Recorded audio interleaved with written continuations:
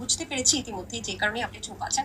তারপরেও হয় না যে জনগণের বা ভক্তদের একটু জানার আগ্রহ থাকে যে এই যে বুবলি আপু, চিত্রনায়িকা বুবলি ১১ টা ছবি দিলেন শাকিব খানকে নিয়ে। তারপর কিন্তু ভক্ত মনে আগ্রহ থাকলো যে অপু বিশ্বাস কেন চুপ করে আছে?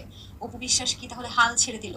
অপু বিশ্বাস কি কষ্টে বা খুব কষ্টে চুপ না, করে আছে? ভেতরে চাপা কষ্ট নিয়ে হাসি মুখে না, নট রিয়ালিটি। এটা হচ্ছে হাল ছেড়ে দেওয়া, হাল ধরার তো কিছু নেই।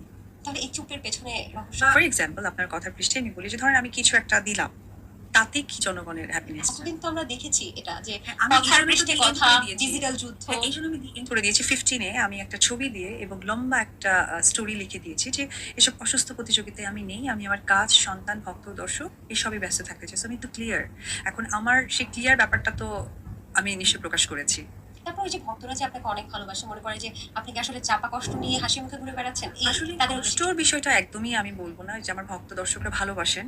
বিধায় এই বিষয়টা তারা জানতে চান যে কষ্টর বিষয়টা। কষ্টর কিছু নাই। রিয়ালিটি হচ্ছে যে আমাকে কাজ করছি, কাজ করতে হবে। আর আমি যেহেতু ১৫ জন বিষয়টাকে একদমই ওইখানে স্টপ আউট করে দিয়েছি সেটা তো আর বের করার কিছু নেই।